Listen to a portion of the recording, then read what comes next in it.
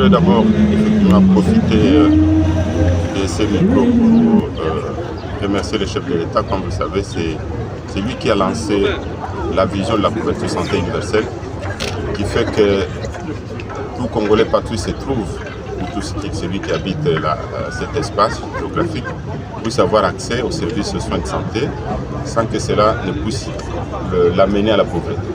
Donc, c'est dire qu'au niveau de la santé, nous sommes en train de travailler là-dessus.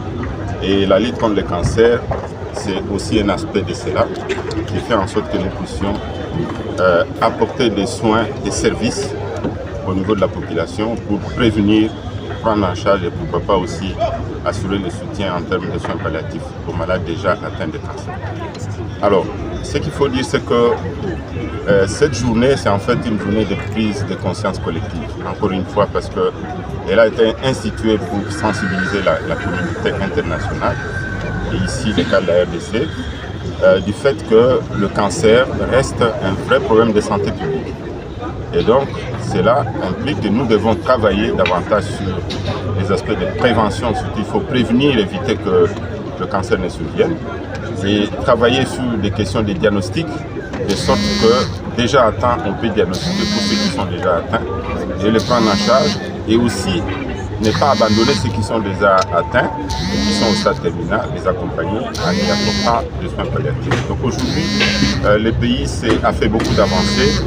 D'abord, c'est à mettre en place une vision sur place. Une pensée pieuse pour nos compatriotes qui sont à Goma et dans l'est de l'Afrique et qui souffrent des graves de cette guerre qui va être ainsi que des supplétifs.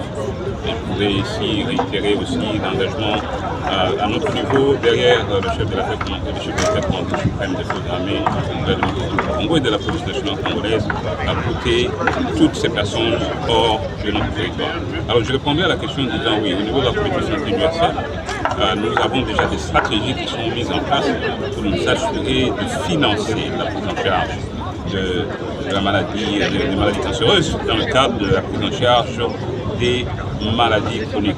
Comme un des intervenants l'a dit, nous sommes en transition épidémiologique, en train de passer de maladies infectieuses vers la maladie non transmissible, dont le cancer. Et donc, pour nous, nous sommes en train d'envisager déjà des démarches pour que nous puissions pérenniser le financement.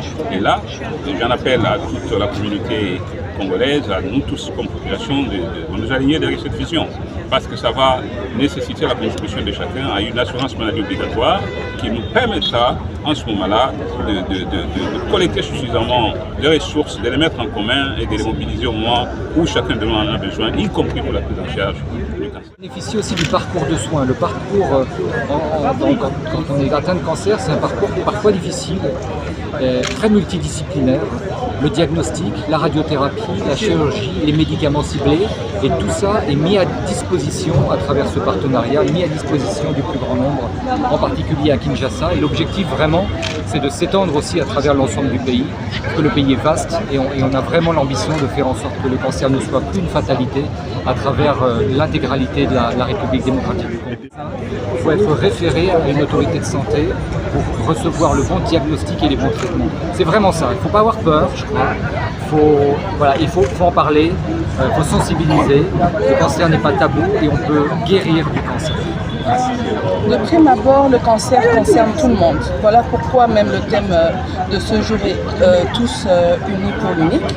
C'est-à-dire que nous tous, nous sommes concernés, que ce soit les enfants ou même les adultes. Il n'y a pas de tabou quand on parle du cancer.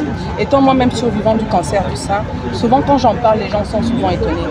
La première des meilleures pratiques, c'est de pouvoir se faire dépister. Nous arrivons malheureusement à l'hôpital en retard, ce qui fait que la prise en charge ne se fait que pour le palliatif.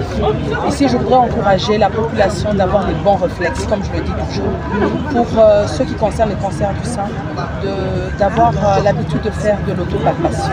C'est important. Mais également de consulter un médecin pour pouvoir se faire diagnostiquer. Parce qu'un cancer du sein, pris en charge de manière précoce, vous avez 90% de pouvoir en guérir, comme c'est le cas pour moi. Parce que moi-même, j'en suis bénéficiaire. À l'étranger, le traitement du cancer est l'un des traitements les plus chers.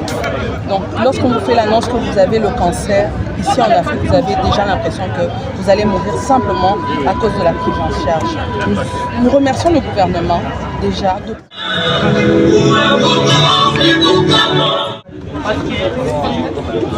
Je ne sais pas si je réponds.